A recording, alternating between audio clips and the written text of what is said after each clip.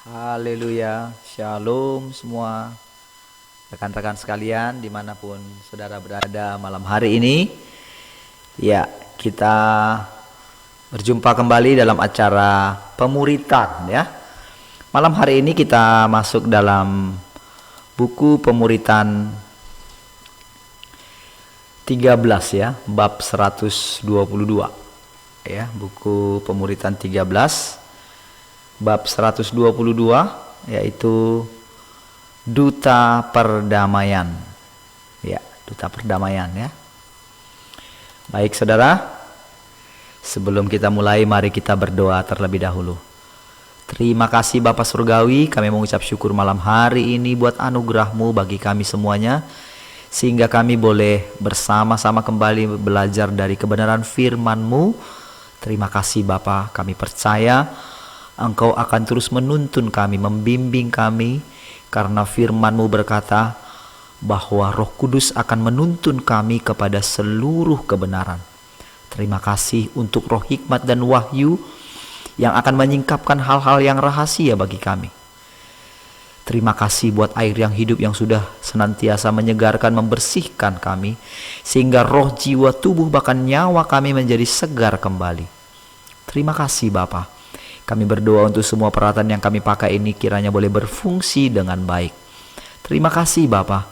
Bagi teman-teman kami, boleh Roh Kudus mengingatkan setiap mereka untuk mengingatkan mereka boleh bergabung malam hari ini dalam pemuritan ini, sehingga semuanya kami boleh terbangun dengan firman Allah. Terima kasih Bapa. Kami mau setiap ayat-ayat atau pelajaran yang kami baca ini boleh hidup kembali di dalam nama Tuhan Yesus. Haleluya. Amin. Baik, puji Tuhan ya. Ya, saya menyapa semua teman-teman yang sudah bergabung malam hari ini. Baik, saudara. Ya, tema kita malam hari ini adalah duta perdamaian. Mendamaikan dengan Bapa. Hanya seorang yang telah memiliki damai sejahtera, seorang pencipta yang dapat mengalahkan dunia dan semua penguasa-penguasanya. Dengan demikian, selanjutnya Anda dapat memperdamaikan semua manusia dan makhluk-makhluk lainnya, termasuk yang berada di alam roh yang tidak dalam keadaan damai dengan Bapa, agar boleh kembali diperdamaikan dengan Bapa Surgawi. Pekerjaan yang dipercayakan Bapa kepada anak-anaknya adalah menjadi pembawa damai Allah. Anak-anaknya harus mau mengerti suara hati Bapanya, yang pada dasarnya ingin memperdamaikan dirinya dengan semua yang ada di langit dan yang ada di atas bumi dan yang ada di bawah bumi. Nah, minggu lalu saudara, Kamis lalu kita belajar tentang damai sejahtera Sang Pencipta. Saudara, kalau kita tinggal dalam Tuhan Yesus dan Tuhan Yesus tinggal di dalam kita, maka seharusnya kita memiliki damai sejahtera itu, saudara. Jadi, sebetulnya yang paling penting dalam kekristenan itu bukanlah sekedar kita ditebus dari dosa kita, saudara. Yang paling penting adalah kesadaran kita bahwa manusia lama kita ini sudah turut disalibkan bersama dengan kematian Tuhan Yesus. Ini saudara mesti akui atau hidupi setiap waktu, saudara. Jadi hidup yang kita hidupi sekarang ini bukan lagi hanya hidup kita saja, tapi hidup Yesus itu ada di dalam kita, hidup oleh iman di dalam anaknya yang menyelamatkan kita. Galatia 2 ayat 20 ya. Nah, saudara, kesadaran ini mesti kita bangun setiap waktu, saudara. Ya, mesti kita bangun setiap waktu. Kegagalan kita adalah ketika kita itu berpusatkan pada diri sendiri. Makanya Tuhan Yesus katakan, kita mesti menyangkal. Kita mesti rela kehilangan nyawa kita, saudara, supaya kita mendapatkan nyawa.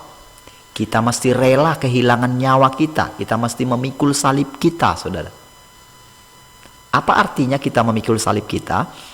Itu kita sedang mengatakan bahwa sebetulnya manusia lama kita itu sudah tersalib di salibnya kita bersama dengan salibnya Tuhan Yesus gitu. Itu mesti kita akui, saudara, setiap waktu, ya. Dan itu mesti kita hidupi. Disitulah sebetulnya, kalau saudara review lagi ke belakang, kemarin hari Selasa yang lalu saya menyampaikan tentang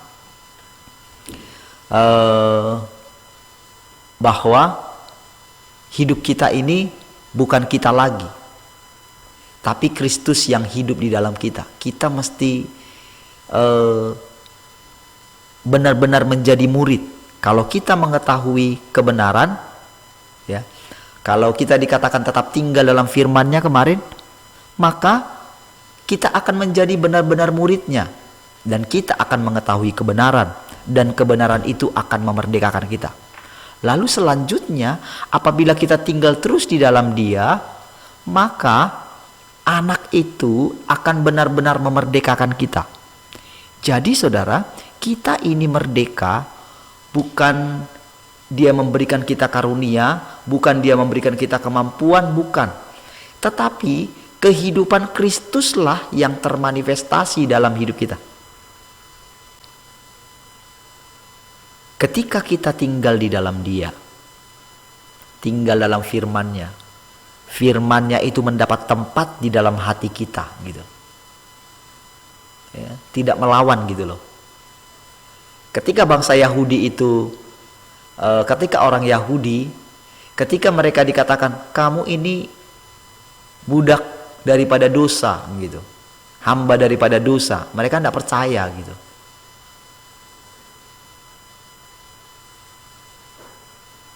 Mereka menganggap bahwa enggak, kami tidak seperti itu. Padahal sebetulnya Tuhan tidak pernah berasumsi terhadap mereka, menjelaskan kepada mereka, kamu ini hamba dosa. Jadi kalau kamu tinggal dalam firman-Ku, makanya kamu bisa benar-benar merdeka gitu. Jadi ada dua tahapan di sana ya. Tahapan yang pertama, kita tinggal dalam firman-Nya, yaitu kebenaran akan memerdekakan kita. Tetapi selanjutnya saudara, kita mesti tetap tinggal di dalam Dia gitu. Ingat saudara, barang siapa mengikut Dia, memikul salibnya, mengikut Dia setiap hari katanya, menyangkal diri, pikul salib, lalu ikut Dia, nah, gitu. Disitulah baru kita benar-benar merdeka gitu. Jadi saudara, ada anggapan saudara yang berkata bahwa, ada anggapan atau pengajaran yang berkata bahwa ketika kita menerima Yesus, Dia berikan kita kemampuan, lalu kita mesti kita mesti berusaha mengerjakan keselamatan kita. Di satu sisi itu adalah bagian iman kita yang kita mesti lakukan, kita kejar Dia. Tetapi jangan lupa saudara, yang mengerjakan itu di dalam kita agar sempurna harus Tuhan Yesus, harus rohnya Dia saudara. Karena kalau tidak, kita pasti gagal saudara. Karena saudara, Tuhan Yesus sendiri berkata, daging sama sekali tidak berguna, rohlah yang memberi hidup. Daging sama sekali tidak berguna. Perkataan-perkataan yang kukatakan kepadamu adalah roh dan hidup. Barang siapa tidak makan aku, makan tubuhku dan minum darahku, maka kita gak bisa masuk dalam hidup yang kekal, gak berkenan bagi Dia, gak bisa masuk ke dalam kerajaannya saudara. Itu perkataan Tuhan sendiri ya. Jadi saudara, ini makanya saudara, ini penting sekali dikatakan, hanya seorang yang telah memiliki damai sejahtera, seorang pencipta yang dapat mengalahkan dunia dan semua penguasanya ya. Jadi saudara, goncangan apapun yang terjadi, virus apapun nanti yang akan muncul, karena memang firman Tuhan berkata, kejahatan akan makin meningkat saudara. Bahkan Dia berkata, biarlah yang baik terus berbuat baik, yang jahat bertambah jahat, terus berbuat jahat. Tuhan tidak peduli di sana saudara. Justru itu Dia buat tesnya saudara bagi kita. Ini jalannya Dia. Akulah jalan, kebenaran, dan hidup. Jadi kita nggak bisa terpisah. Kebenaran kita nggak bisa terpisah dengan kebenarannya. Dialah sang kebenaran. Jadi sang kebenaran itu yang harus bermanifestasi makin kuat di dalam kita. Makanya damai sejahteranya itu yang makin kuat bermanifestasi dalam kita. Barulah kita bisa memperdamaikan segala sesuatu dengan Dia. Ya. Jadi kita dapat memperdamaikan semua manusia dan makhluk-makhluk lainnya. Termasuk yang berada di alam roh yang tidak dalam keadaan damai dengan Bapa, agar boleh kembali diperdamaikan dengan Bapa surgawi. Baik ya, nanti akan semakin jelas. Nah, kita coba baca ayatnya dulu ya. Kita baca ayatnya dulu dari 1 Yohanes 5 ayat 4 sampai 5. Sebab semua yang lahir dari Allah mengalahkan dunia, dan inilah kemenangan yang mengalahkan dunia, iman kita. Siapakah yang mengalahkan dunia selain daripada Dia yang percaya bahwa Yesus adalah anak Allah? Perhatikan saudara, kita perdalam dulu sedikit saudara tentang ayat ini saudara. Dikatakan semua yang lahir dari Allah mengalahkan dunia. Ini kebenaran saudara. Walaupun pada kenyataannya kita sering melihat kehidupan kita seolah-olah seperti dikalahkan oleh dunia. Tetapi firman Tuhan berkata, setiap orang yang lahir dari Allah pasti mengalahkan dunia. Itulah kebenaran. Ya, kita mesti catat ini. Lalu, dan inilah kemenangan yang mengalahkan dunia, iman kita. Siapakah yang mengalahkan dunia selain daripada Dia yang percaya bahwa Yesus adalah anak Allah? Saudara, banyak orang mengakui bahwa Yesus adalah anak Allah. Sebetulnya pada taraf itu ketika dia percaya, orang itu sudah mengalahkan dunia menurut firman Tuhan. Hanya saja saudara, orang ini tidak masuk ke dalam Allah sampai dia mendapatkan pewahyuan tentang siapa anak Allah itu. Makanya saudara, ketika Tuhan bertanya kepada murid-muridnya, siapakah aku menurut engkau? Kalau menurut manusia, mereka bilang Elia lah, nabi yang akan datang lah, Yohanes lah, dan sebagainya. Tapi Tuhan tanya mereka, siapakah aku menurut kalian? Tiba-tiba Petrus mendapatkan pewahyuan. Engkau adalah Mesias, anak Allah yang hidup. Jadi perhatikan ini saudara. Siapakah yang mengalahkan dunia selain daripada dia yang percaya bahwa Yesus adalah anak Allah? Jadi saudara, begitu kita mengatakan dengan iman bahwa Yesus adalah anak Allah, kita mengaku itu, Yesus adalah anak Allah, dan kita menerima Dia dalam hati kita, percaya, mengakui bahwa Dia sudah mati di kayu salib, menebus segala dosa kita. Sebetulnya kita itu sudah lahir dari Allah. Kita dilahirkan dari Allah, dilahirkan kembali namanya. Kenapa dikatakan dilahirkan kembali saudara?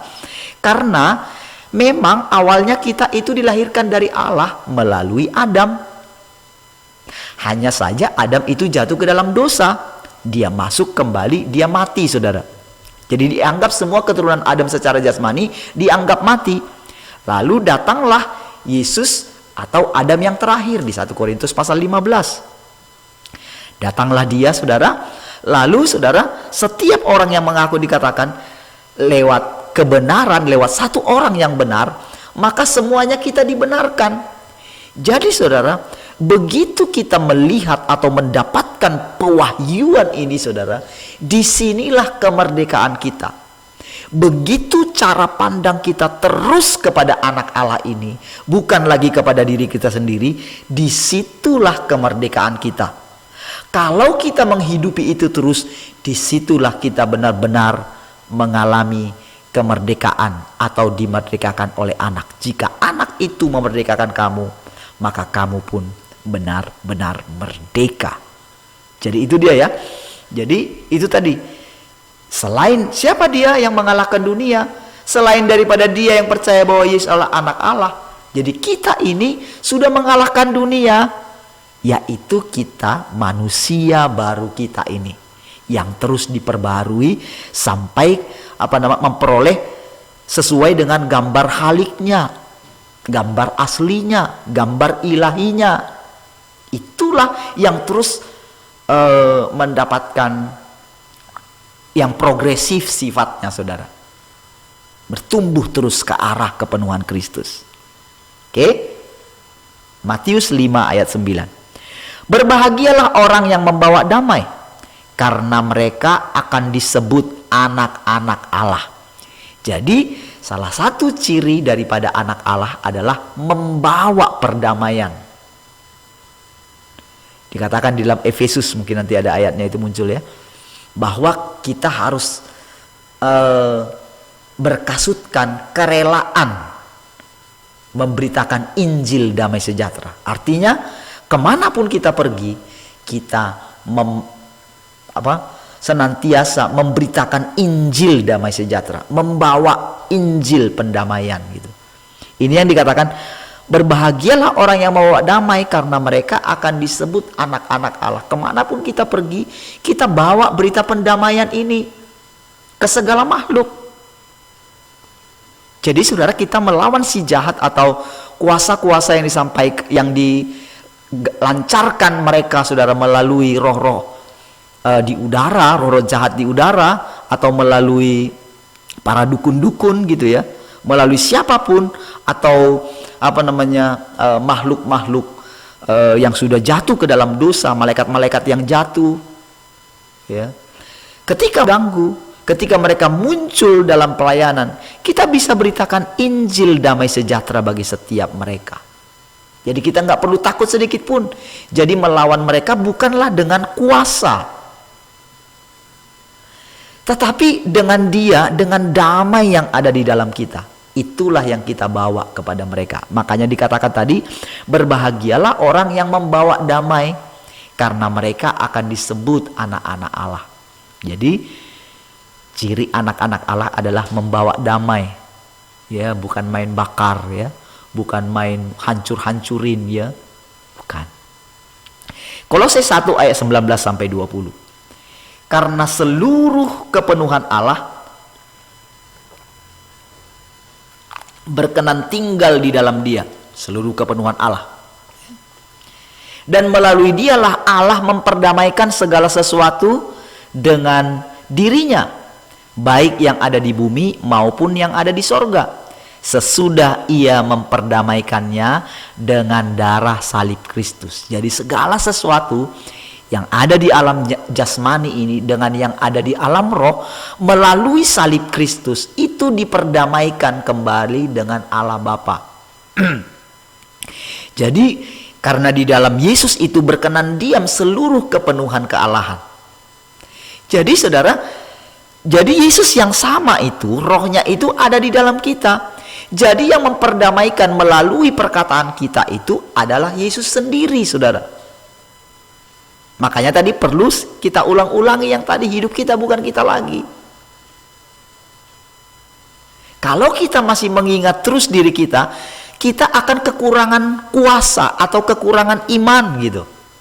Karena apa? Kita akan berkata, siapakah aku ini? Kita akan merasa mungkin seperti besar kepala karena kita selalu ingat bahwa kita ini orang berdosa. Tetapi kalau kesadaran kita adalah Yesus, yang dimana di dalam Yesus itu ada seluruh kepenuhan Allah berkenan diam di dalam Yesus itu, Yesus yang sama itu ada di dalam kita, atau rohnya, ya, roh yang sama. Memang roh utamanya ada di sorga, saudara, tetapi yang kita terima di dalam kita itu adalah itu benih, saudara.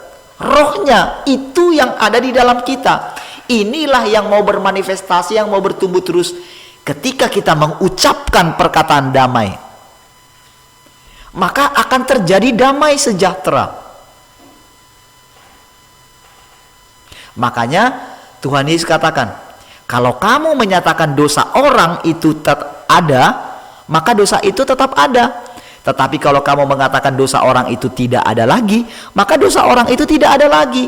Karena anak manusia diberikan kuasa untuk mengampuni. Jadi yang mengampuni sebetulnya adalah roh Yesus yang ada di dalam kita, yang bersatu dengan roh kita, yang dengan iman kita menghambakan diri kita kepada Tuhan Yesus ini, saudara. Makanya saudara, firman-Nya ini mesti berkuasa menguasai diri kita sepenuhnya. Haleluya. Saya rasa saudara, saya sudah, mungkin menurut saya sudah cukup jelas ya, dengan penuh kehati-hatian saya menyampaikan sesuai dengan kebenaran firman Tuhan, saudara. Saya berdoa Roh Kudus menyingkapkan kepada kita, saudara. Ya, baik. Ya, di bahasa Inggrisnya dikatakan, for in him the fullness of Godhead was pleased to dwell, and by him to reconcile all things to itself, having made peace by the blood of his cross, by him whether the things on the earth on or the things in the heavens. Gitu. Jadi memperdamaikan, merekonsiliasikan segala sesuatu kepada dirinya sendiri. Ya. Sesuai dengan darah salib Kristus, oleh Dia yang ada di bumi dan yang ada di alam roh, gitu, di sorga, ya, yang ada di bumi dengan yang ada di alam roh, yang ada di langit, ya, heaven. Jadi heaven di sini, jadi sorga itu sebetulnya alam roh. Jadi selama ini kan pengertian kita sorga itu adalah hanya yang di tempatnya Allah Bapa atau tempatnya malaikat-malaikat, bukan, itu alam roh maksudnya, ya. Jadi dalam bahasa Inggris disebutkan bahwa rekonsiliasi Bapa itu adalah dengan semua yang ada di bumi, things on earth, maupun dengan semua yang ada di alam surgawi, things in the heaven, atau dengan kata lain, dengan semua makhluk yang ada di alam roh. Jadi semuanya diperdamaikan. Jadi bukan hanya manusia yang hidup, tapi yang mati juga, yang ada di alam roh. Orang mati itu hanya pindah tempat saja, dari alam jasmani ke alam roh saja. Entah alam rohnya di dunia orang mati atau di pangkuan Bapa Surgawi, ya, atau mungkin di Hades, gitu. Ya, baik. Bagian yang kedua sekarang, menyiksa setan-setan. Dahulu karena merasa diri telah diberi kuasa untuk menginjak ular dan kalajengking, maka sebagai tindakan balasan kita belajar menggunakan otoritas itu untuk membalas dendam kepada semua roh-roh jahat itu sambil menikmati perlindungan Tuhan, karena menerima jaminan Tuhan bahwa tidak satupun yang akan membahayakan kita. Nah, dulu saudara, sebelum kita mendapatkan pengertian ini, kita hantam kromo saja. Saking bencinya kita, saudara, karena dia sudah menghancurkan mungkin keluarga kita, menghancurkan pelayanan kita, gitu. Wah, karena kita tahu kita punya kuasa, lalu kita main hancurkan saja. Kita perangi, gitu ya. Mungkin lebih kreatif lagi, dibakar, gitu ya. Ada yang dipatah-patahkan, ada yang dicincang-cincang, ada yang ditambah cuka lagi supaya lebih parah. Padahal pada kenyataannya mereka itu nggak makin berkurang, saudara, makin ganas malah. Memang di satu sisi ketika kita melakukan itu, saudara, itu terjadi di alam roh, karena memang apa yang kita katakan, apa yang kita ikat terikat di bumi, apa yang kita ikat di bumi terikat di sorga, apa yang kita lepaskan di bumi terlepas di sorga. Perkataan kita penuh dengan kuasa. Begitu kita katakan, aku ikat engkau terikat dia, aku cincang engkau tercincang dia. Cuman masalahnya di alam roh mereka bisa menyembuhkan.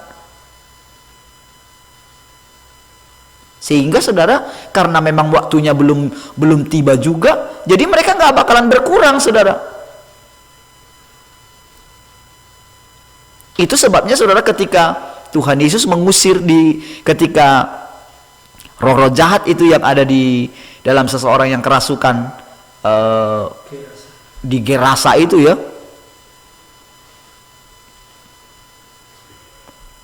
namanya legion gitu. Siapa kamu? Legion, karena kami banyak, katanya. Kira-kira 4.000-an gitu, sampai 5.000 gitu, satu legion, saudara. Jadi roh itu minta, Di sana ada babi katanya. Usirlah kami ke sana. Ya. Jadi saudara, udah kamu pergi ke sana. Jadi si roh itu hanya ngikut perkataan daripada kita, perkataan Tuhan Yesus gitu. Udah kamu pergi ke sana, pergi dia saudara. Akhirnya mati lemas gitu. Kalau mungkin kita di zaman itu saudara, karena mungkin kita merasa tidak ada untung-untungnya dengan mereka, bikin kerugian aja ini. Enggak. Kamu gak boleh kemana-mana, enggak bisa saudara. Nah ada babi-babinya, mungkin kita kalkulasi harga babi berapa gitu saudara. Tuhan Yesus gak peduli saudara.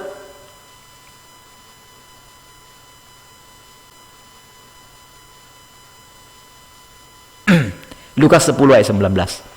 Sesungguhnya aku telah memberikan kuasa kepada kamu untuk menginjak ular dan kalajengking, dan kuasa untuk menahan kekuatan musuh, sehingga tidak ada yang akan membahayakan kamu. Wah, banyak dipegang itu. Betul saudara, dengan iman.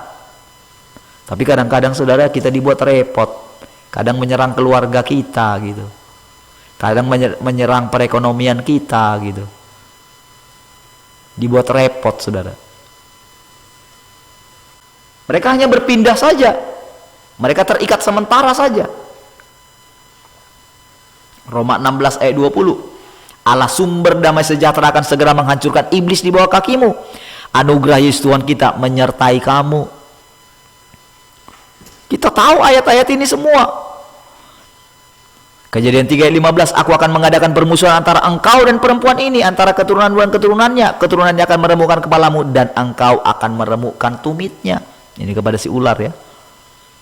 Mazmur 59 ayat 11, Allahku dengan kasih setianya akan menyongsong aku. Allah akan membuat aku memandang rendah seteru-seteruku. Kalau di terjemahan lain ya, bahwa Tuhan yang mengasihi aku akan berjalan dahulu di hadapanku, maka Tuhan juga akan memberi aku melihat seperti kehendakku atas segala seteruku. Bahasa Inggrisnya, God shall let me see my desire on my enemies, atau musuh-musuhku. Artinya apa? Segala sesuatu yang kuinginkan untuk musuh-musuhku akan digenapi oleh Tuhan gitu. Jadi saudara, kita menganggap saudara, wah itu mesti dihancurin, gak ada gunanya. Sementara di pihak lain saudara, kita melihat bagaimana iblis dipakai oleh Tuhan ketika dia datang menghadap Tuhan gitu. Lalu Tuhan bertanya tentang Ayub. Apakah kau melihat hambaku Ayub? Oh, aku lihat. Wah, tidak ada orang seperti dia, kata Tuhan. Oh, itu karena engkau melindungi dia. Dipakainya si iblis untuk mentes Ayub saudara, mencobai dia saudara, menguji dia. Jadi sekarang saudara, iblis itu justru dipakai untuk memurnikan kita saudara. Jadi saudara, coba lihat ketika Tuhan Yesus berhadapan dengan iblis, kenapa nggak langsung dihancurin saja tuh iblis? Dia harus melalui pencobaan itu saudara. Ketika dia cobai, kamu lapar kan? Ubahlah batu ini jadi roti. Tuhan jawab, manusia tak hidup dari roti saja. Sering kita dicobai di situ saudara. Dalam masalah penghidupan kita, ketika nggak punya yang mau kita makan. Lalu saudara, dia akan menawarkan suntikan-suntikan di pikiran kita. Bagaimana caranya, cara cepat untuk dapat roti gitu. Nah seharusnya kita bisa kata, ya sudah, kalau memang Allah menghendaki aku puasa, ya udah aku puasa. Tapi kadang-kadang saudara, dia tes lagi di pikiran kita. Masakan kamu anak Allah, kamu gak makan, berarti benar gak sih Tuhan pelihara kamu? Kan pertengkarannya di situ. Kita mesti lawan dia dengan firman Tuhan. Kita fokuskan hidup kita kepada dia. Atau ketika kita sakit, masakan kamu anak Allah sakit? Katanya oleh bilur-bilur Tuhan Yesus kamu sudah sembuh. Lalu kita dibingungkan dengan itu saudara. Kita nggak mendengarkan firman Tuhan. Ya. Nah, jadi Tuhan tidak langsung menghancurkan dia saudara, tapi dia dilawan dengan firman Tuhan. Ayat-ayat di atas memberi kesan bahwa kita boleh memperlakukan setan itu semau kehendak hati kita. Itu memang benar. Tetapi dalam pendidikan Roh Kudus yang lebih jauh, ia mengajarkan hikmat. Jangan engkau berlaku kejam kepada mereka. Sebab bila kau lakukan itu terhadap mereka, engkau menjadi sama dengan dan serupa dengan mereka. Memang betul kita bisa, kuasa kita lebih besar dari dia. Sekalipun mereka dikumpulkan semua, seluruh penguasa dunia ini nggak bisa melawan satu anak Allah. Itu kuasa yang ada di dalam kita, dan mereka tahu itu, saudara. Cuman mereka tahu kebenaran, mereka tahu firman Tuhan, mereka tahu, si jahat ini tahu kalau kita itu boleh ditarik dia sampai jauh keluar daripada kerajaan Allah, maka kita ini menjadi musuhnya Allah. Kalau tadi kita ada dalam dia, menanti-nantikan dia, kita dalam perlindungan Allah. Tetapi ketika kita ditarik keluar, kadang-kadang dibawa kita ke dalam pelayanan yang sangat sibuk sekali, akhirnya kita keluar daripada keintiman kita dengan Allah. Disitulah dia santap kita, saudara. Disitulah dia santap orang-orang percaya tadi, saudara, yang mengetahui ada kuasa di dalam mereka. Ya. Jadi saudara, kalau kita menghancurkan mereka dengan cara lebih sadis dari mereka, jangan-jangan kita lebih parah dari mereka, saudara. Jadi itu bukan anak Allah. Tadi ayatnya katakan, ciri-ciri anak Allah adalah membawa damai sejahtera. Itu elegan ya, lebih elegan. Bisa memperdamaikan mereka dengan Allah Bapa. Itulah yang membuat mereka berkurang dari atas muka bumi ini, saudara. Kalau kita beritakan Injil, ya. Matius 5 ayat 43 sampai 45. Kamu telah mendengar firman, kasihilah sesama manusia dan bencilah musuhmu. Tetapi aku berkata kepadamu, kasihilah musuhmu dan berdoalah bagi mereka yang menganiaya kamu. Karena dengan demikian kamu menjadi anak-anak Bapamu yang di sorga, yang menerbitkan matahari bagi orang jahat dan orang yang baik, dan menurunkan hujan bagi orang yang benar dan orang yang tidak benar. Allah tidak memilih-milih menurunkan hujan, saudara. Masih diberikan mereka kesempatan, sekalipun nampaknya jahat sekali, saudara. Mungkin di masa sekarang mereka jahat sekali, seperti Paulus yang mengejar-ngejar orang percaya di awal gereja mula-mula. Tetapi saudara, dia juga, saudara, tidak punya kuasa untuk menolak panggilan Tuhan atas hidupnya, saudara. Sehingga saudara, dia harus membayar harganya untuk dia menjadi hambanya Allah, saudara. Untuk menjadi rasul. Dia bekerja paling keras. Jadi kalau kita mungkin lihat orang-orang yang hari ini mungkin sebagai penolak Injil, kita tidak tahu ke depan 1 tahun lagi, 2 tahun lagi, ketika mereka ditangkap Tuhan oleh doa kita, maka orang itu, para pemberontak itu boleh dipakai untuk kerajaan Allah lebih hebat daripada Ananias, daripada kita yang hanya mendoakan mereka. Ya, jadi dikatakan kasihilah musuhmu. Tuhan Yesus katakan kasihilah musuhmu dan berdoalah bagi mereka. Sebetulnya saudara, kita nggak punya musuh secara manusia, kita nggak punya. Karena Tuhan kasih perumpamaan tentang orang Samaria yang baik hati. Sementara orang Samaria yang baik hati itu bermusuhan dengan orang Yahudi, saudara. Tapi Tuhan katakan, siapakah saudaraku? Dia kasih perumpamaan tentang orang Samaria yang baik hati itu. Berarti orang Samaria itu bukan musuh. Yang dikatakan dalam Alkitab musuh itu adalah si jahat malahan, saudara. Karena itu haruslah kamu sempurna sama seperti Bapamu yang di sorga adalah sempurna. Matius 5 ayat 48.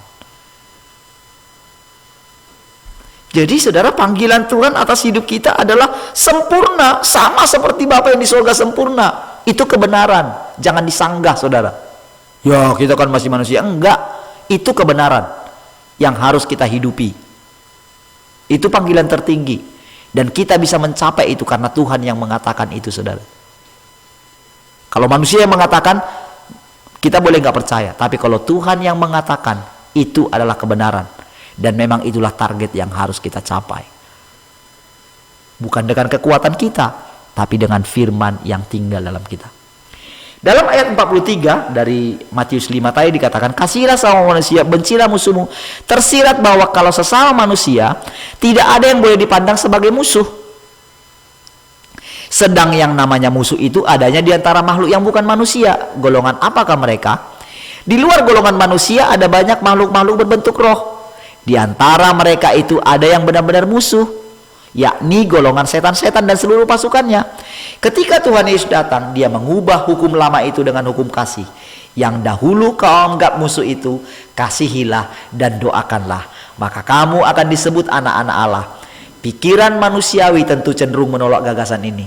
Namun gagasan ini adalah pikiran Allah Bapa yang sempurna. Ingat tadi Kolose 1 ayat 19, memperdamaikan segala sesuatu. Karena banyak diantara malaikat-malaikat yang jatuh itu hanya terseret, gak tahu menau. Yang paling benar-benar otaknya itu, yang benar-benar memberontak kepada Allah itu adalah Lucifer dengan sekutunya, dengan temannya si Abaddon, roh maut itu, saudara. Namun yang lain itu, saudara, itu akibat terseret, terikut-ikut, saudara, dengan permufakatan mereka. Tapi ketika Yesus memperdamaikannya di atas kayu salib, bukan hanya kita yang masih hidup, yang sudah mati juga, atau makhluk di alam roh juga. Itu yang dikatakan tadi di ayat itu mesti jelas. On things on earth, on things on heaven. Segala sesuatu yang di bumi dan segala sesuatu yang di sorga. Sorga itu alam roh. Ya. Efesus 6 ayat 12, karena perjuangan kita bukanlah melawan darah dan daging, tapi melawan pemerintah-pemerintah, melawan penguasa-penguasa, melawan penghulu-penghulu dunia yang gelap ini, melawan roh-roh jahat di udara. Ya. Jadi yang di bumi ini bukan musuh kita, saudara, tapi musuh kita yang di udara tadi katanya, ya. Pemerintah-pemerintah yang itu, ya, itu musuh. Dalam Kolose 1 ayat 19-20 lebih menjelaskan bahwa ternyata Allah Bapa mengingini hati yang menginginkan perdamaian dengan semua makhluk di alam roh itu juga. Pikiran Allah ini pikiran yang mulia, pikiran yang sempurna. Dan perlu kita ingat, semuanya mereka berasal dari Allah. Sebelum segala sesuatu ada, semuanya ada di dalam Allah. Maka saudara akan menemukan bahwa Allah juga sangat mengasihi binatang-binatang, makhluk-makhluk, termasuk segala ciptaan, pohon-pohon, saudara. Itu sebabnya, saudara, ketika kita menyakiti, ketika manusia dengan serakah, menghancurkan pohon-pohonan di hutan, atau mengkorek semua apa yang ada di dasar bumi, itulah yang terjadi, saudara. Seolah-olah marah, saudara. Itu ada hukumnya, saudara. Apa yang kita lakukan kepada bumi ini, itu kita akan tuai. Mungkin bukan di zaman kita, tapi bisa di zaman anak cucu kita. Kita yang sekarang ini, saudara, menuai hasil yang dilakukan oleh orang-orang sebelum kita. Tapi ketahuilah, saudara, kita juga dengan kuasa Kristus, dengan salib Kristus, kita juga membawa perdamaian dengan seluruh ciptaan.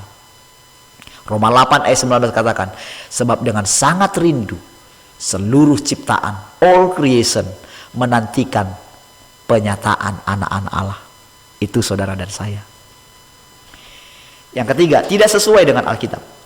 Kebiasaan lama di mana orang Kristen diajar memerangi penguasa-penguasa di udara dengan membakar dengan api, bom, dan berbagai cara-cara untuk menyiksa si iblis dan setan-setannya, berbeda dengan konsep perang yang ada di dalam hatinya Bapa. Atau dengan kata lain, konsep perang mereka tidak alkitabiah. Allah Bapa sebenarnya ingin memperdamaikan dirinya dengan mereka semua. Bahkan sampai mengorbankan anaknya yang sulung, sehingga darahnya juga menjadi darah pendamaian bagi semua makhluknya. Saudara, Bapa ingin memperdamaikan, yaitu sampai dengan mengorbankan anaknya. Karena begitu besar kasih Allah akan dunia ini, sehingga ia telah mengaruniakan anaknya yang tunggal, supaya setiap orang yang percaya kepadanya tidak binasa, melainkan beroleh hidup yang kekal. Perhatikan satu kebenaran ini, yakni ayat yang terkenal dengan perlengkapan senjata orang beriman, Efesus 6 ayat 11-17. Kenakanlah seluruh perlengkapan senjata Allah, supaya kamu dapat bertahan melawan tipu muslihat iblis. Karena perjuangan kita bukanlah melawan darah dan daging, tetapi melawan pemerintah-pemerintah, melawan penguasa-penguasa, melawan penghulu-penghulu dunia yang gelap ini, melawan roh-roh jahat di udara. Sebab itu ambillah seluruh perlengkapan senjata Allah, supaya kamu dapat mengadakan perlawanan pada hari yang jahat itu dan tetap berdiri sesudah kamu menyelesaikan segala sesuatu. Jadi berdirilah tegap, berikat pinggangan kebenaran, berbaju jirakan keadilan, kakimu berkasutkan kerelaan untuk memberitakan Injil damai sejahtera. Dalam segala keadaan pergunakanlah perisai iman, sebab dengan perisai iman kamu akan dapat memadamkan semua panah api dari si jahat. Dan terimalah ketopong keselamatan dan pedang roh, yaitu firman Allah. Memang memakai perlengkapan senjata Allah adalah penting sekali agar tidak mudah dikalahkan oleh si iblis dan pasukan mereka. Memakai pedang roh, yaitu firman Allah, memberi kesan sebagai seorang yang siap bertempur. Dan yang namanya bertempur itu selalu diartikan melukai, membunuh musuh. Padahal kaki kita diharuskan memakai kasut kerelaan untuk memberitakan Injil. Untuk siapakah berita Injil itu? Untuk manusia sajakah? Tidak, itu juga untuk semua makhluk di alam roh itu. Perhatikan di situ, saudara, sangat jelas sekali. Semua perlengkapan senjata Allah itu adalah itu sebagai senjata, sebagai perlindungan atau perisai. Lihat, saudara, ketopong, ya, berdiri tegap, ikat pinggang kebenaran, baju jirah keadilan, kasut kerelaan memberitakan Injil, perisai iman, ya, ketopong keselamatan, dan pedang roh. Pedang roh ini, saudara, bukan untuk melukai, saudara, tetapi untuk menyatakan firman Allah. Makanya dikatakan, beritakan Injil damai sejahtera. Ya, kerelaan, kaki kita berkasutkan kerelaan, rela, ya. Jadi nggak ada di sana, saudara, nggak ada di sana, hancurkan mereka.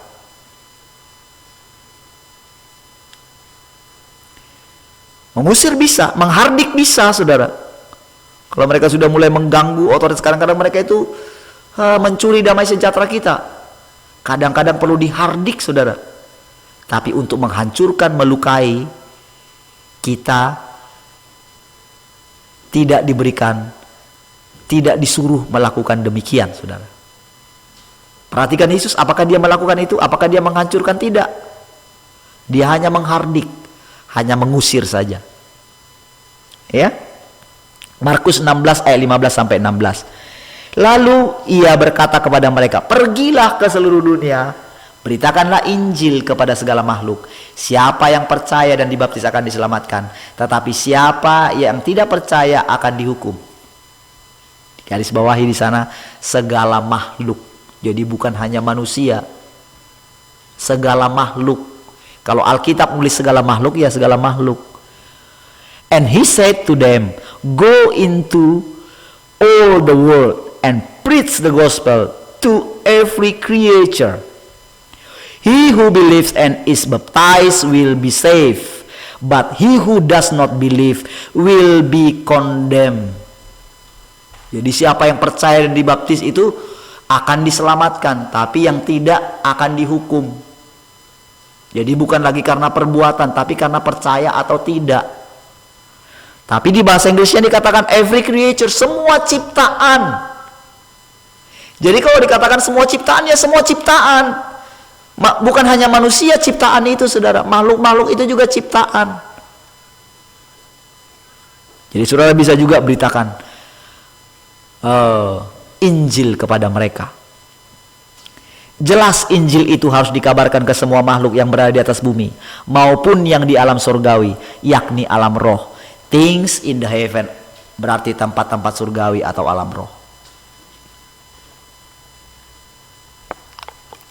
Filip bukan hanya yang ada di bumi, yang bertekuk lutut saudara, tapi dikatakan segala yang di langit dan yang di atas bumi dan yang di bawah bumi. Wah, 3 tempat saudara. Segala lidah mengaku Yesus Kristus, ya. Injil itu untuk segala makhluk, baik yang di bumi maupun yang berada di alam surgawi. Itu arti kata ditaklukkan di dalam ayat di atas berarti takluk, karena diperdamaikan melalui darah Tuhan Yesus. Gagasan bahwa mereka akan takluk karena dihajar bawa belur nampaknya justru tidak mungkin, bukan? Karena apa? Karena melalui pengorbanan Tuhan mereka menjadi takluk, mereka menjadi tersungkur. Karena mereka melihat pengorbanan Tuhan yang menciptakan mereka. Itu kasih yang sangat besar, membuat mereka takluk. Sehingga setiap lutut bertelut, setiap lidah mengaku Yesus Kristus. Kalau karena dipaksa, saudara, gampang saja saudara Tuhan melakukan itu, saudara. Tapi sebelum nanti saudara mereka dihancurkan nanti di kesudahannya saudara, orang-orang yang tidak mengakui itu, mereka harus diperdamaikan, diberitakan Injil. Injil itu ya untuk segala makhluk tadi. 1 Korintus 15 ayat 25 sampai 28. Karena ia harus memegang pemerintahan sebagai raja sampai Allah meletakkan semua musuhnya di bawah kakinya. Musuh yang terakhir yang dibinasakan ialah maut, sebab segala sesuatu telah ditaklukkannya di bawah kakinya. Tetapi kalau dikatakan bahwa segala sesuatu telah ditaklukkan, maka teranglah bahwa ia sendiri yang telah menaklukkan segala sesuatu di bawah Kristus. Kaki Kristus itu tidak termasuk di dalamnya, maksudnya Allah Bapa ya, yang telah menaklukkan. Tetapi kalau segala sesuatu telah ditaklukkan di bawah Kristus, maka ia sendiri sebagai anak akan menaklukkan dirinya di bawah Dia yang telah menaklukkan segala sesuatu di bawahnya, supaya Allah menjadi semua di dalam semua.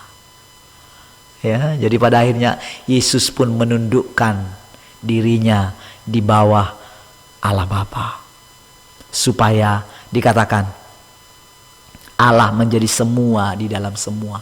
Siapa yang menaklukkan? Bapa. Melalui siapa? Melalui roh anaknya di dalam kita.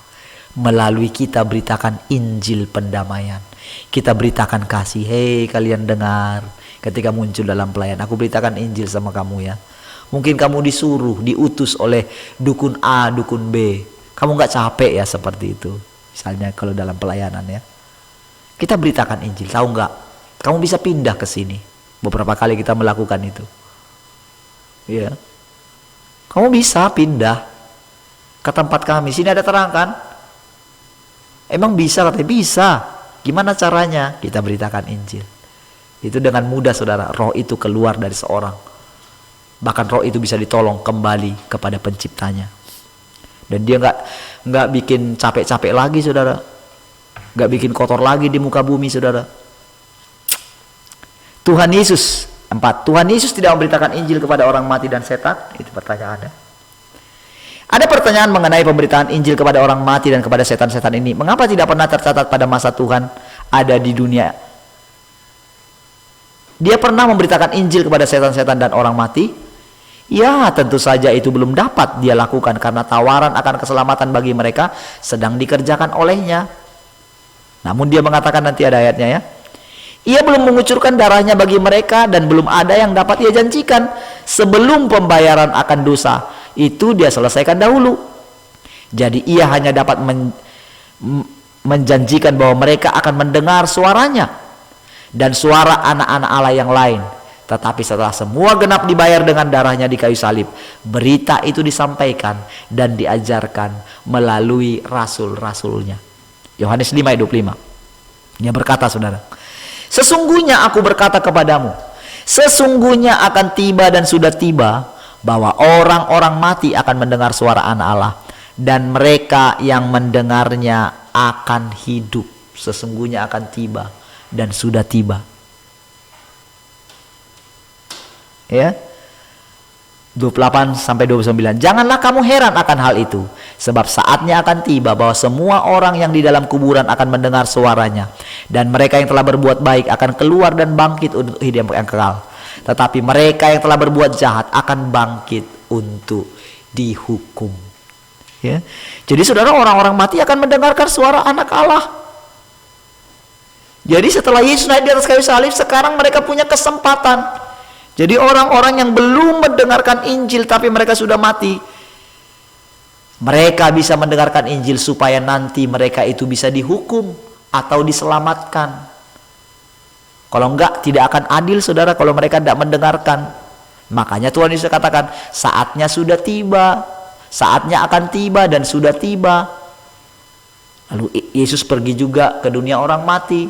Setelah itu, saudara, banyak lagi orang yang mati tentunya, ya, yang tidak mendengarkan Injil, tetapi mereka boleh mendapatkan keadilan kalau mereka itu mendengarkan Injil. Ya, tapi ingat juga saudara, anugerah Tuhan juga yang memampukan kita untuk melakukannya. Tidak sembarangan juga, saudara. Ya. Hal-hal lain tentang kehendak hati Bapa dan sebagainya dapat kita temukan dalam tulisan-tulisan para rasul. Yang terbanyak adalah Rasul Paulus, ya. Nanti kita lihat, ya. Serangan balik bagian kelima. Serangan balik dari setan-setan itu ternyata terutama datang dalam bentuk gangguan dalam kemerosotan ekonomi, sepelayan, pelepasan, atau tim doling, dan juga kekacauan dalam rumah tangga atau perpecahan di dalam tubuh tim pelayanan. Ya, kalau ia melakukan seperti itu, ya, melakukan yang tidak disuruh gitu. Nampaknya sih pergi, saudara. Ya, tapi justru membuat mereka makin ini beringas, saudara. Karena kita melakukan dengan keinginan kita, saudara, maka kita keluar dari perlindungan, saudara. Karena Allah tidak demikian. Allah justru ingin berdamai dengan mereka. Ingat ayatnya tadi. Tapi kita malah bermusuhan dengan mereka. Kebalik, saudara. Kita keluar dari perlindungan. Tuhan ingin berdamai, kita malah menghancurkan mereka. Kita mesti punya roh damai sejahtera tadi, ya, roh pendamaian itu mesti kita punya, karena roh anaknya ada di dalam kita, ya. Di banyak gereja akhir-akhir ini banyak dibangkitkan gerakan doa, di mana-mana ada para pendoa syafaat, dan biasanya mereka juga menjadi tim doa keliling atau doling, yaitu mengelilingi kota dengan mobil sambil beramai-ramai berdoa untuk mengusir roh jahat dari kota mereka. Saya tidak anti doa kelilingnya, tapi cara berdoa seperti itu mendatangkan masalah bagi para pendoa syafaat itu sendiri. Saya menjumpai hasil doling itu dari kota ke kota, bahwa para pendoa keliling itu segera mengalami serangan balik, terutama berupa kegagalan mereka dalam bidang keuangan. Rata-rata sulit memperoleh nafkah. Jadi guru kita dulu mengalami itu, ya, dalam pelayanan, ya.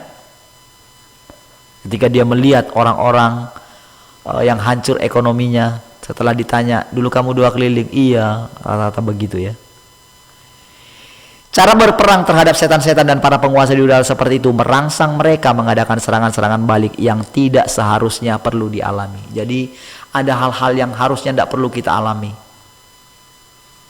karena kita sedang keluar dari daerah perlindungan kita, saudara. Artinya, saudara, daging kita itu muncul, saudara. Itu sebetulnya yang membuat. Jadi karena kita belum beres, saudara, karena mungkin dia telah menghancurkan mungkin keluarga atau siapa gitu, ya. Jadi kita sangat dendam sekali, ya, dengan roh-roh yang kita ikat, dihancurin, ya, dilumat-lumat gitu, saking bencinya mungkin gitu. Tapi bukankah itu sedang menunjukkan bahwa kita tidak benar-benar mempunyai damai sejahtera itu, saudara? Kalau Yesus ada di dalam kita, kita tidak terpengaruh sedikit pun dengan mereka. Apalagi dikatakan semua sudah selesai di atas kayu salib. Justru mereka itu jadi ujian bagi kita, saudara. Ketaatan kita kepada Bapa, ketenangan kita, saudara. Jadi nggak usah cari-cari mereka sampai ke ujung-ujung bumi ya. Mereka bisa langsung datang menghadapi kita kok. Dari tempat kita bisa pergi, kita bisa juga mereka langsung berhadapan dengan kita kok. Dimanapun, karena alam roh itu, saudara, itu sangat, ketika kita katakan kita tepat kepada orangnya, itu langsung mendengar kok. Tidak peduli mereka di alam yang mana, di tempat yang mana. Itu alam roh, saudara. Matius 12 ayat 43 sampai 45. Apabila roh jahat keluar dari manusia, ia pun mengembara ke tempat-tempat yang tandus mencari perhentian, tetapi ia tidak mendapatnya. Lalu ia berkata, aku akan kembali ke rumah yang telah kutinggalkan itu. Maka pergilah ia dan mendapati rumah itu kosong, bersih, tersapu dan rapi teratur. Lalu ia keluar dan mengajak 7 roh lain yang lebih jahat daripadanya, dan mereka masuk dan berdiam di situ. Maka akhirnya keadaan orang itu lebih buruk daripada keadaannya semula. Demikian juga akan berlaku atas angkatan yang jahat ini. Ya, bisa 7 kali ya, lebih parah gitu. Efesus 6 ayat 16 sampai 17, dalam segala keadaan pergunakanlah perisai iman, sebab dengan perisai itu kamu akan dapat memadamkan semua panah api dari si jahat, dan terimalah ketopong keselamatan dan pedang roh, yaitu firman Allah. Gitu. Jadi saudara, kita hanya dipakai, dikatakan perisai iman untuk memadamkan. Jadi dia boleh tembak saja, tapi kita mesti pakai perisai iman. Kamu tidak bisa serang saya. Gitu. Lalu pakai firman Allah itu sebagai pedang roh, bukan untuk melukai, hanya untuk menyatakan. Enggak, firman Tuhan bilang begini. Gitu. Ayo, kamu bisa nggak? Nggak bisa kan? Memang nggak bisa, saudara. Ya. Kadang-kadang kalau ingat pelepasan, kalau orang dulu pelepasan ya, wow, kejar-kejaran sama yang di ini, saudara. Kita harus disuruh buka mata gitu, buka mata lebar-lebar gitu. Itu apa namanya, cara-cara gitu untuk melayani pelepasan. Saya ingat dulu, saudara, jadi mata harus terbuka lebar-lebar gitu. Siapa tahu dia pukul kita gitu. Bahkan dulu ada yang pengajar pelepasan yang sudah senior dulu, saya ingat, saudara, wah, sampai lari-lari, keluar kau, masuk dalam ruangan. Kalau kau nggak keluar, aku yang keluar, katanya. Bahkan sampai ada yang kejar-kejaran gitu. Tapi begitu kita menerapkan dengan iman, kita mengetahui kebenaran ini, ya kita tutup mata, dia mau cekik nggak bisa cekik kita ternyata. Kenapa dia nggak bisa cekik? Karena ada malaikat yang menolong kita, siap sedia menolong kita, saudara. Yang penting kita punya iman gitu. Jadi iman itu bukan mengiman-imani, dengan tenang saja akui kebenaran firman Tuhan. Jadi sering sekali, saudara, kondisi hati kita itu diganggu supaya kita nggak tenang, supaya kita nggak damai, supaya kita itu kembali kepada diri kita sendiri gitu. Akhirnya kita nggak tenang kan, nggak punya damai sejahtera. Disitulah dia bisa serang kita. Tapi kalau kita penuh iman gitu ya, dengan tenang saja, dia nggak bisa lakukan apa-apa sama kita. Sama keluarga kita pun tidak, karena kita tinggal dalam perlindungannya. Yang keenam, tidak diserang lagi. Sejak cara pemberitaan Injil ini dilakukan, corak peperangan kami menjadi berubah. Pelayanan pelepasan menjadi lebih mudah, ya, nggak berlama-lama lagi, sudah lebih cepat dan tidak harus berteriak-teriak. Bahkan berubah menjadi cara penginjilan yang persuasif, mengimbau, membujuk, diplomatis, lemah lembut tanpa cara-cara kekerasan yang kasar. Semua roh jahat itu tidak perlu meronta-ronta karena disakiti. Dan yang terpenting, mereka tidak ada yang menjadi sakit hati dan tidak mempunyai alasan untuk mengadakan serangan balik. Jadi mereka nggak punya alasan gitu. Karena juga mereka nggak bisa lakukan apa-apa kalau itu bertentangan dengan firman Allah. Ya kalau daging kita yang bertindak, dia punya alasan untuk menghancurkan kita.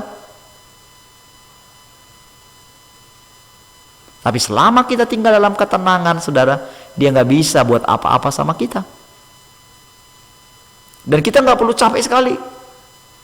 Saya ingat ketika pelayan di kampung ya, ketika mendoakan banyak sekali orang gitu ya, dengan sabar gitu ya.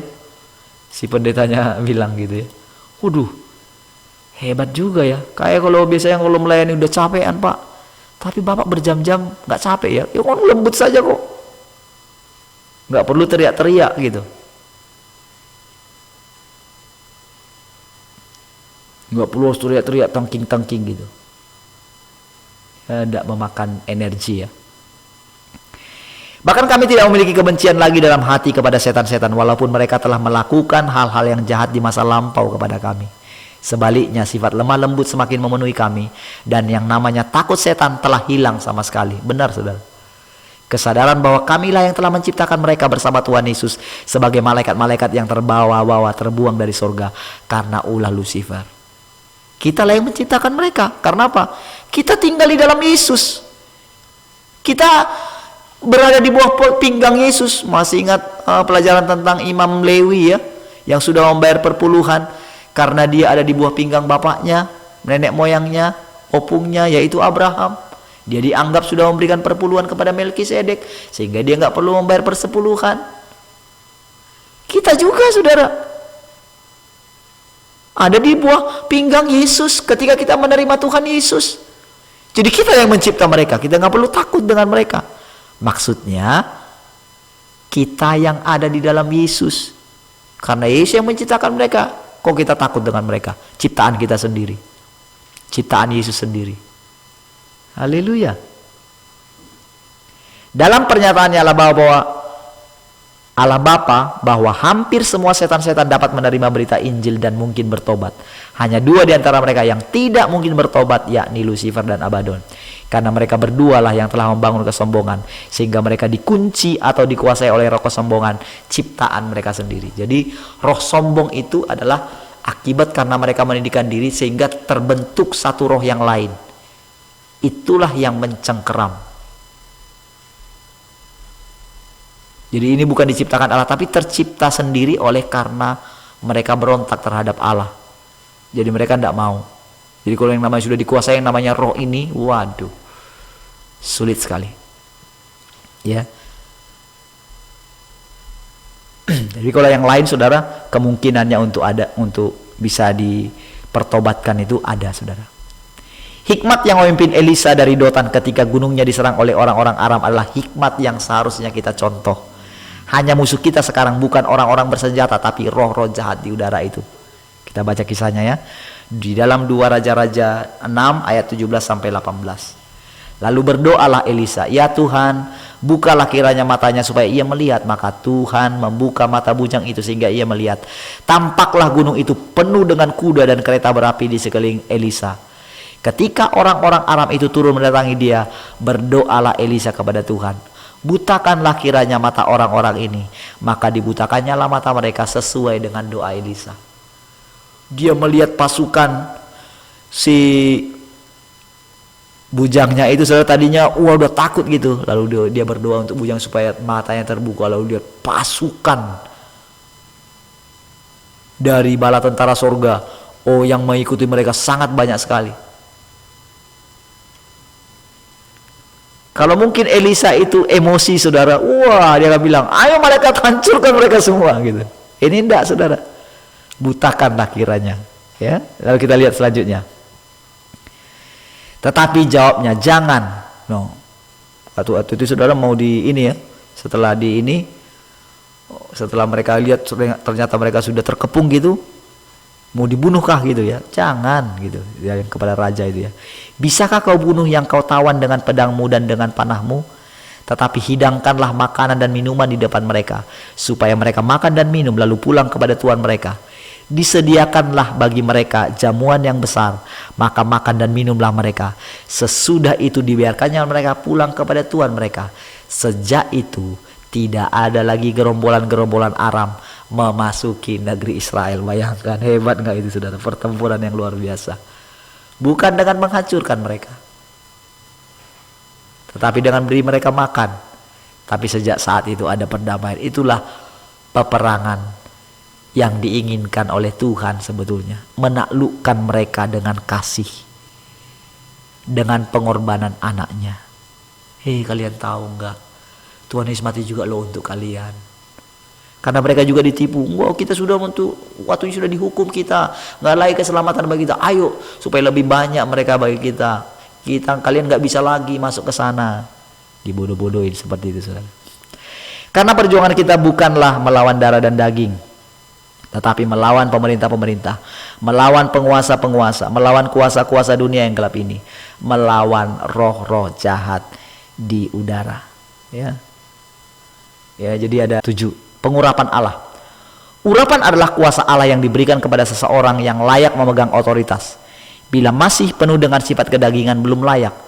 Urapan menjadi sarana yang berbahaya, bahkan merusak susunan keseimbangan dalam tubuh Kristus. Urapan di atas daging itu menjadi sarana pendukung untuk mencapai kehendak hati daging mereka, menjadi penopang kesombongan mereka sendiri, tak berbeda dengan tingkah laku si Lucifer. Ini bahaya ya. Kalau sudah dilihat di YouTube masih ada yang mengumbar urapan ya. Ya, hari-hari ini tidak perlu ya. Kalau nggak disuruh tumpang tangan, nggak usah tumpang tangan kepada orang. Lebih baik saudara mengajarkan penyangkalan daging dulu gitu ya. Bahaya saudara. Ya, karena itu akan mengumbar kesombongannya. Nanti bahaya saudara. Bahayanya adalah nanti dia justru di situ dia ditangkap oleh si jahat. Seperti garam di atas masakan membuat rasa sedap. Urapan membuat Anda lebih enak dan berguna bagi orang lain. Markus 9 ayat 49-50. Karena setiap orang akan digarami dengan api. Garam memang baik, tetapi jika garam menjadi hambar, dengan apakah kamu mengasinkannya? Hendaklah kamu senantiasa mempunyai garam dalam dirimu dan selalu hidup berdamai yang seorang dengan yang lain. Jadi justru harusnya yang benar adalah, jadi ketika kita itu sudah bersih dari kedagingan kita, maka saudara kita ini diberikan otoritas untuk mendapatkan urapan itu. Karena sebetulnya tandanya itu dikatakan orang yang mempunyai urapan itu adalah hendaklah kamu senantiasa mempunyai garam dalam dirimu. Artinya apa? Selalu hidup berdamai yang seorang dengan yang lain. Jadi banyak orang kan karena memiliki urapan tapi dagingnya belum selesai, sering sekali menganggap lebih daripada orang lain. Ya, itu yang membuat permusuhan, sering membuat iri satu dengan yang lain. Atau di alam roh juga begitu. Kita pakai, itu bahaya. Ya. Tapi kalau sudah waktunya saudara, ketika kita rela dibongkar segala kedagingan kita, maka pengurapannya itu turun atas kita saudara. Kesaksian dari dari Bapak rohani kita. Dalam masa sabatikal yang saya alami pada tahun 2004 sampai 2005, selama 11 bulan lamanya, semua pengurapan Allah yang pernah saya kumpulkan bertahun-tahun diambil habis oleh Roh Kudus. Urapan itu mulai saya peroleh ketika saya menerima yang pertama kali dari almarhum Charles Doss dari Scottsdale, Arizona, USA pada tahun 86 di Bandung, lalu melalui penumpangan tangan dari berbagai hamba-hamba Tuhan lain dari Amerika, Australia, dan melalui banyak membaca buku-buku rohani. Semua itu telah diambil habis oleh Roh Kudus pada awal sabatikal itu, dan saya menjadi orang Kristen biasa lagi. Dalam arti enggak urapan-urapan lagi ya, dulu berbagai macam urapan saudara. Kemudian saya dibenarkan atau dibenahi olehnya. Dalam arti semua konsep yang keliru selama itu dikoreksi. Bahkan semua pikiran, keinginan, dan tabiat daging saya selama 4 hari lamanya dibuang habis. Juga termasuk hampir semua pikiran-pikiran yang berasal dari pendidikan buah pohon pengetahuan tentang hal baik dan jahat dicabut dari otak saya. Ya, itu Bapak rohani kita ya dulu ya. Nah, seharusnya kita juga demikian saudara. Ya, kita kalau pernah mengecap dari ini ya, dari mungkin pendeta-pendeta lain, urapan-urapan dalam berbagai macam bentuk, bahkan yang berasal dari pendidikan buah pohon pengetahuan yang baik dan jahat. Tanpa sadar saudara, itu sudah tertinggal saudara. Ya, kiat-kiat untuk mengembangkan ya dari jiwa kita, kekuatan laten jiwa, itu mesti kita relakan dibongkar oleh Roh Kudus. Lalu diajarnya saya mendengar suaranya setelah otak saya kosong sampai bertahun-tahun untuk mengenal Tuhan Yesus, Roh Kudus dan Allah Bapa secara pribadi. Dan sekarang barulah dia membukakan rahasia terbesarnya, menjadikan orang-orang yang dipilihnya menjadi seperti anaknya. Dan sekarang dia mulai berbicara lagi tentang urapan Allah yang menyertai mereka yang telah dipulihkannya dalam kemuliaannya. Nanti apabila tepat waktunya, ketika kita terus dengan rela, ketika dikatakan tadi yang pertama saya awali itu, ketika kita mengetahui kebenaran, ketika kita mengizinkan firman-Nya tinggal dalam kita, maka kita benar-benar menjadi murid-Nya. Dan kita akan mengetahui kebenaran, dan kebenaran itu akan memerdekakan kita. Lalu kita terus tinggal di dalam Dia sampai anak itu benar-benar memerdekakan kita karena kita pandang kepada Dia. Tapi di proses itu juga, dalam waktu itu juga, di situ kita diizinkan juga diperhadapkan dengan si jahat, diperhadapkan dengan orang-orang yang membuat daging kita ini muncul. Setelah itu kita menyadarinya, sampai kita berkata seperti Paulus, aku manusia celaka, siapa yang dapat menyelamatkan aku? Lalu dia berteriak, oleh Yesus. Kita sadar saudara, segala sesuatu itu hanya anugerah bagi kita. Apa saja, kuasakah, ya, otoritaskah, karuniakah, karunia saja saudara. Dan bukan karena hebatnya kita, bukan karena kita berpuasa, bukan, tapi karena memang kita adalah anak Allah. Dia tinggal di dalam kita saudara. Inilah yang membuat kita justru aman. Izinkan saja dibongkar semuanya, biar kita menjadi mungkin ya orang Kristen biasa, tidak masalah saudara. Yang penting Dia mau bermanifestasi lihat hidup kita. Paulus berkata lagi saudara, harta yang kami punyai ini, yang luar biasa itu, kami punyai dalam bejana tanah liat. Bejana tanah liat adalah bejana yang rapuh. Makanya saudara, dia sering mengalami benturan-benturan dalam hidupnya. Dia diizinkan mengalami, dia nggak punya kuasa untuk menyembuhkan anggota tim pelayanannya.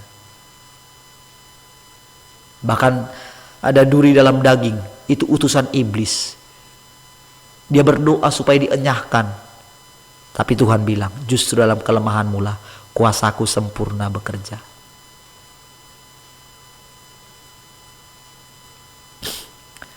Ya, jadi saudara, dia akan mengajari kita lagi hal-hal yang lebih lagi saudara. Jadi saudara, yang saya sampaikan tadi saudara, bukan sekedar ini hanya guru kita hanya meneruskan saja copy paste, bukan copy paste saudara. Kita ngalamin ya selama bertahun-tahun ya, bagaimana dihancurin, bagaimana rasanya, wah,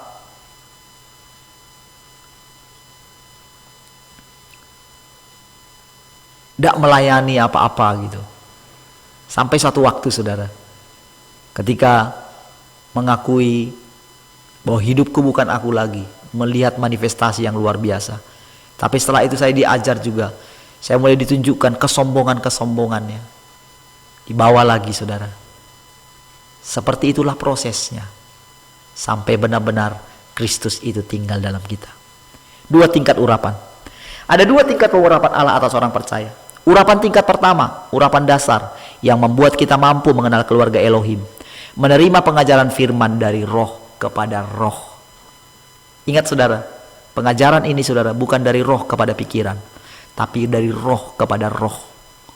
Kalau dengan pikiran saudara yang sudah diracuni oleh buah pengetahuan yang baik dan yang jahat, saudara akan dengan gampang berkata, itu sesat.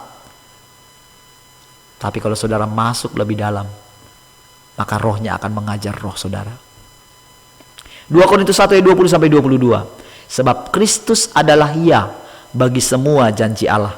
Itulah sebabnya oleh Dia kita mengatakan amin untuk memuliakan Allah.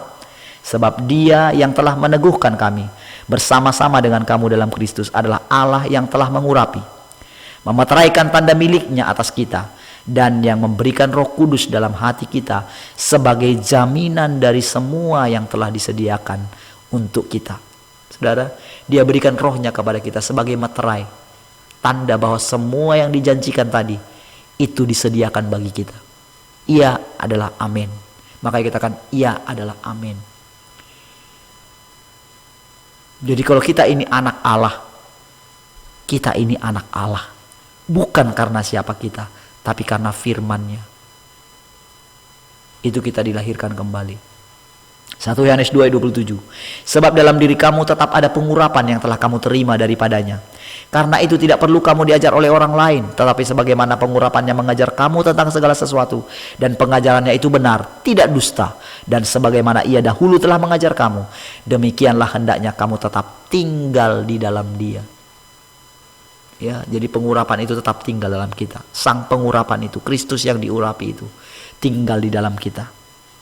Makanya dikatakan, kamu tidak perlu lagi diajar orang lain. Itu juga janji firman Tuhan kemarin dalam Yeremia 31 ayat 33-34. Tuhan akan menaruhkan firman-Nya, Taurat-Nya di dalam hati kita, saudara. Sehingga kita tidak perlu lagi orang mengajar sesamanya dengan mengatakan, kenallah Tuhan. Tapi mereka, tua, muda, besar, kecil, akan diajar sendiri oleh Allah. Ya, itu firman Allah, saudara. Ini waktunya, saudara, di mana Allah sendiri sedang datang atas umatnya. Urapan dasar itu memimpin kita makin mengenal kehadiran ketiga pribadi surgawi itu di dalam kita. Tetapi kemudian Roh Kudus akan mulai bergerak lebih lanjut dan membawa kita ke dalam tingkatan mengalami kesatuan dengan pribadi Allah kita ini. Jangan heran bila tiba-tiba semua urapan dasar itu dicabut dulu sampai habis oleh Roh Kudus, lalu diganti dengan pengajaran-pengajaran yang menaikkan kesadaran kita hingga merasakan, menghayati persatuan dengan Dia. Lalu segala pikiran kita diganti dengan pikiran Kristus, dan selanjutnya urapan Kristuslah mengisi kita. Jadi kalau yang pertama, saudara, kita mungkin mendapatkan pengurapan itu tinggal dalam kita. Tapi ada masanya, saudara, itu seperti diambil dari kita sampai kita mengalami pertumbuhan. Sehingga saudara, kita akan diizinkan mengalami kesatuan. Jadi yang saya katakan tadi, wah,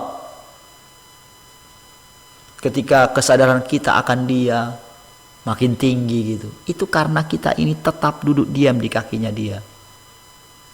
Itu kesetiaan kita, saudara, mencari Dia setiap hari, mengizinkan firman-Nya itu tinggal dalam hati kita gitu.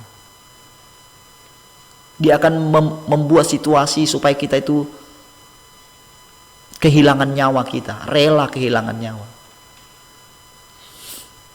Jadi saudara, jangan pernah menganggap segala sesuatu yang terjadi dalam hidup kita terjadi begitu saja. Segala sesuatu diizinkan dengan tujuan supaya kita boleh menerima anugerahnya itu berlimpah-limpah dalam hidup kita. Pencuri hanya datang untuk mencuri, membunuh, dan membinasakan. Tetapi aku datang supaya kamu mempunyai hidup dan mempunyainya dalam segala kelimpahan. Urapan tingkat kedua ini bukan karena kita mengumpulkan dan menarik-narik urapan orang lain atau menariknya dari hadirat Tuhan, tetapi bertumbuh penuh dari dalam. Karena itu berasal dari kepenuhan Kristus di dalam kita. Tuhan izinkan kita sementara waktu melalui pengalaman dengan urapan-urapan itu mampu mengusir setan, bahkan menyiksa mereka. Itu menaikkan iman dan keyakinan kita akan posisi kita sebagai anak Allah. Tahapan pertama.